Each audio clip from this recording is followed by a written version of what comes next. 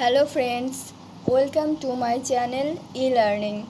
আজ আমি তোমাদের সামনে জিকে থেকে অর্থাৎ জেনারেল নলেজ থেকে ভারতীয় ইতিহাস সম্পর্কে কিছু প্রশ্ন উত্তর আলোচনা করব। তো চলো আজকে ক্লাসটি শুরু করা যাক। দেখো এখানে প্রথমের প্রশ্নটা কী দেওয়া আছে যে কার রাজত্বকালে ভারতীয় উপমহাদেশে সবচেয়ে বড় আদিনা মসজিদ নির্মাণ করা হয়েছিল? উত্তরটা কি হবে? সিকান্দার শাহ। কোন ভারতীয় রাজার সাম্রাজ্য ভারতের বাইরে বিস্তৃত ছিল? উত্তর কি হবে? কনিষ্ক ও চন্দ্রগুপ্ত মৌর্য উভয়েরই। আল বিরুনি রচিত গ্রন্থটির নাম কি ছিল? কিতাবুল হিন্দ। মৌর্য সাম্রাজ্যের পতনের পর নিম্নলিখিত কোন বংশ মগধ শাসন করেছিল? উত্তর হবে কি? নন্দ বংশ। আকবরের দ্বিতীয় রাজধানী কোথায় ছিল? ফতেপুর সিক্রিতে। জয়দেব কোন রাজার রাজসভায় পঞ্চরত্নের একজন রত্ন ছিলেন? উত্তর কি হবে? লক্ষণ সেন। কোন লিপিতে সম্রাট অশোকের শিলা রচিত হয়েছিল? উত্তর কি? মাগধী লিপি। তোমরা যতগুলো অ্যান্সার পারবে নিচে কমেন্ট বক্সে আমাকে অবশ্যই জানাবে। An era of darkness the British Empire in India গ্রন্থটির লেখককে? শশী থারুর। কোন ধর্মীয় শাখার মতবাদ জনপ্রিয় করার জন্য হর্ষবর্ধন কনৌজে সম্মেলন আহ্বান করেছিলেন? উত্তরটা হবে কোনোটিই সঠিক নয়। দিল্লির কোন সুলতান উত্তর ভারতের বিভিন্ন শহর স্থাপন করেছিলেন? ফিরোজ শাহ তুগলক। স্বাধীনতার সময় ভারতের জাতীয় কংগ্রেসের সভাপতি কে ছিলেন? জেপি কৃপালনি। তারপরে 1929 সালে মুসলিম লীগের বার্ষিক অধিবেশনে মোহাম্মদ আলী জিন্নাহ মুসলিমের স্বার্থে কত দফা দাবি পেশ করেছিল? 14 দফা দাবি। ভারতের জাতীয় বাহিনীর INA প্রতিষ্ঠাতা অধিনায়ক কে ছিলেন? ক্যাপ্টেন মোহন সিং।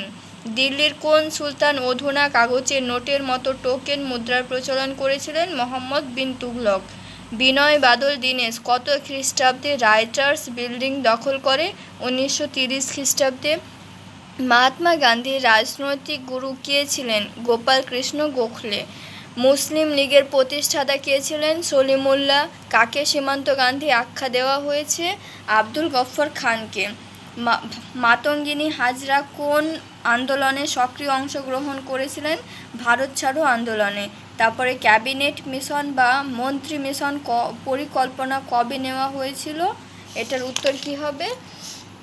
1946 সালে। শিক্ষা সংস্কৃতির অন্যতম পীঠস্থান নালন্দা বিশ্ববিদ্যালয় কোথায় অবস্থিত ছিল?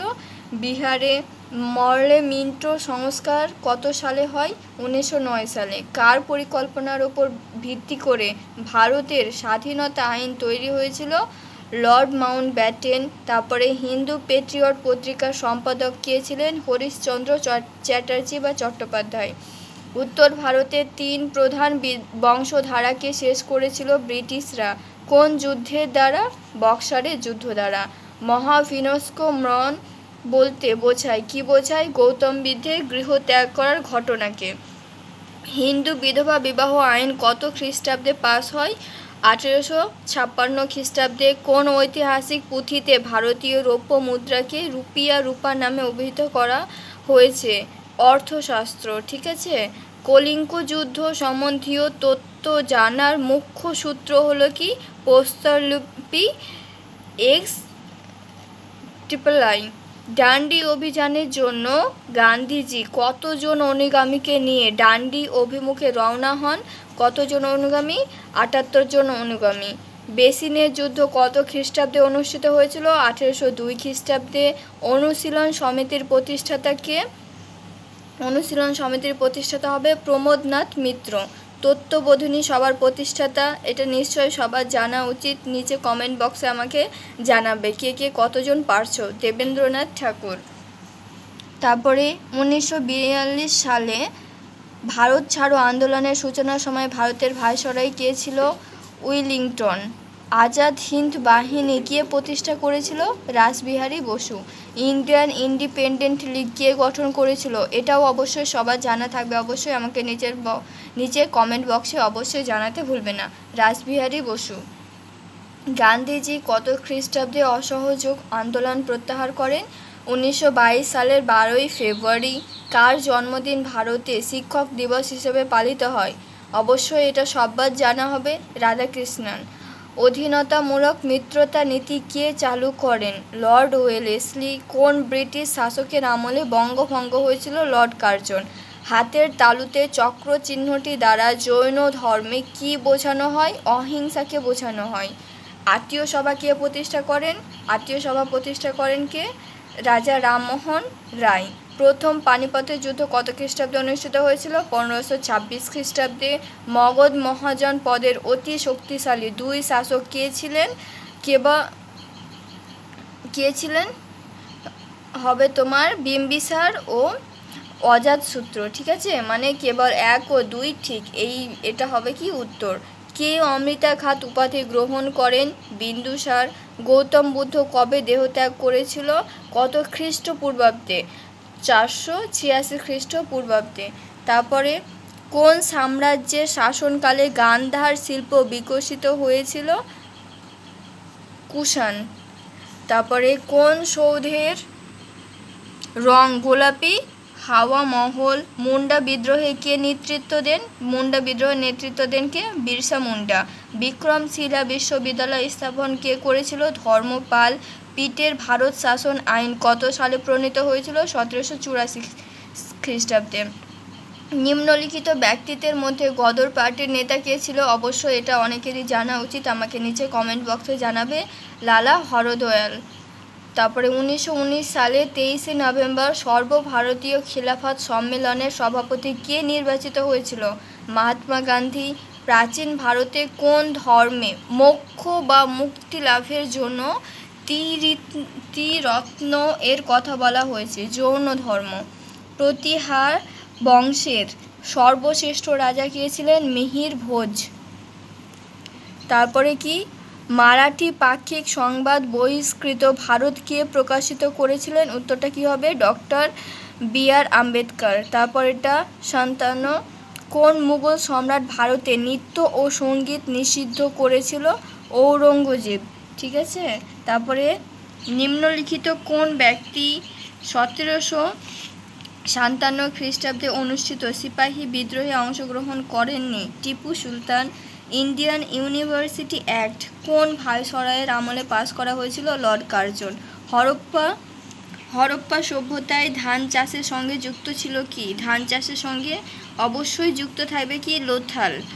অনুশীলন সমিতি কে গঠন করেছিল? প্রমোদ মিত্র।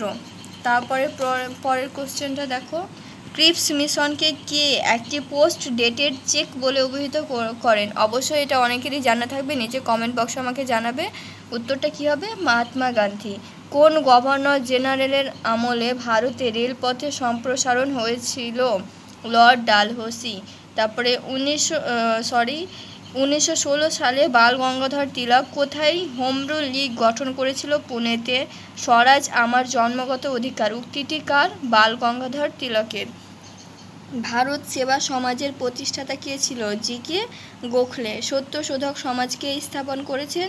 জ্যোতিবা ফুলে। তারপরে 1828 খ্রিস্টাব্দে বা সালে কোন সংগঠনটি রূপান্তরিত হয়ে ব্রাহ্ম সমাজ হয়েছিল? আত্মীয় সভা। ভারতের সুলতানি সাম্রাজ্যের সূচনা করেন কে? কুতুবউদ্দিন আইবক। তারপরে কোন সালে মহাত্মা গান্ধী দক্ষিণ আফ্রিকা থেকে ভারতে ফিরে এসেছিল? 1915 খ্রিস্টাব্দে। সরোজিনী নাইডু কাকে হিন্দু মুসলিম ঐক্যের রাষ্ট্রদূত হিসাবে বর্ণনা করেছিলেন? মোহাম্মদ আলী জিন্নাহকে। দ্বিতীয় বিশ্বযুদ্ধের সময় কোন জার্মান জেনারেল রিচার্ড ফক্স হিসাবে খ্যাতি লাভ অর্জন করেছিল? General Irwin Rommel. বিখ্যাত চীনা পরিব্রাজক হিউয়েন সাং কার রাজত্বকালে ভারতে এসেছিল? হর্ষবর্ধনের। কে জহর ব্রত পালন করেছিল? রানী পদ্মিনী। তারপরে মিলিন্দ প্রাণহর কি বৌদ্ধ গ্রন্থ? পণ্ডিত কালিদাস। কোন শাসকের নবরত্ন সভার অন্যতম ছিলেন? কি হবে? দ্বিতীয় চন্দ্রগুপ্ত। তবকত-ই-নাসিরি গ্রন্থটি কে লিখেছিলেন? মিনহাজ উদ্দিন সিরাজ। হরপ্পা সভ্যতার বাণিজ্য কোন পথে চলত? জলপথে। বুদ্ধদেব দুঃখের উৎস ও তা থেকে মুক্তি লাভের জন্য কয়টি মহান সত্য পালনের নির্দেশ দিয়েছিলেন? 4টি। বুদ্ধদেব দুঃখের হাত থেকে পরিত্রাণ লাভের জন্য যে পথ বা মার্গ অনুসরণের কথা বলেছিলেন তার কয়টি দিক আছে? তার 8টি দিক আছে। বৌদ্ধ সংগীতি এর প্রথম অধিবেশন কত খ্রিস্টাব্দে আহত হয়েছিল? 486 খ্রিস্টপূর্ব ষষ্ঠ শতকে ভারতে কতগুলো জনপদ গড়ে উঠেছিল? 16টি। কোন সাম্রাজ্যের শাসনকালে সন্নিধাতা এবং সমাহর্তা নামে কর আদায়ের ক্ষেত্রে দুটো কর্মচারীর নাম পাওয়া যায়? মৌর্য। অর্থশাস্ত্র গ্রন্থটি কার রচনা? অবশ্যই এটা সবার জানা উচিত, কৌটিল্য। ভারতে গান্ধার শিল্প কোন শাসনকালে বিকাশ ঘটেছিল? কুষাণ। তারপরে প্রাচীনকালে কোন শাসকের শাসনকালে মাৎস্য ন্যায় দেখা যায়? শশাঙ্ক। তালিকোটার যুদ্ধ কত খ্রিস্টাব্দে সংগঠিত হয়েছিল? 1565 খ্রিস্টাব্দে। তারপরে দেখো, বিজয়নগর সাম্রাজ্যের শ্রেষ্ঠ নরপতি কে ছিলেন? নিজাম শাহ। প্রাচীন ভারতের ইতিহাস রচনায় প্রথম সাহিত্যিক উপাদান হলো কি? বেদ। কোন যুগে রাজা বা অভিজাত ব্যক্তিরা ব্রাহ্মণ বা ধর্মস্থানগুলিকে জমি দান করতেন? গুপ্ত যুগে। এলাহাবাদ প্রশস্তি কার রচনা? হরিসেনের রচনা। তহকিক-ই-হিন্দ বইটির লেখক কে? আল বিরুনি। তারপরে মৌর্যোত্তর যুগে ব্যবসা বাণিজ্যের প্রসারের জন্য গিল্ড গঠিত হয়। এই গিল্ড বলতে বোঝায় বাণিজ্যিক সংস্থা।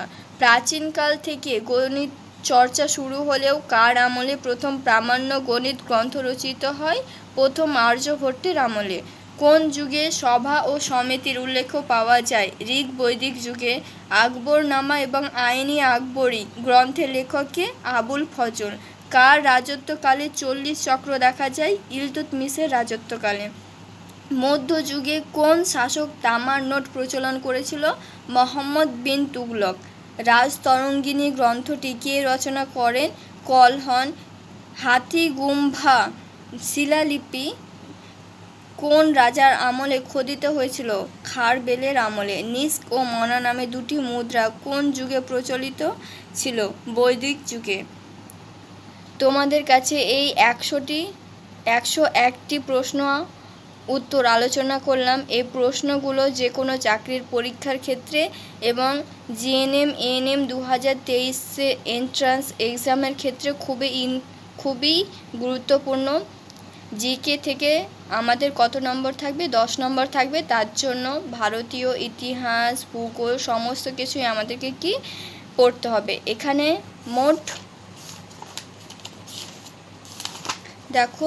মোট 300টা প্রশ্ন আছে। আমি এক দিনে 100টা প্রশ্ন কভার করার চেষ্টা করব।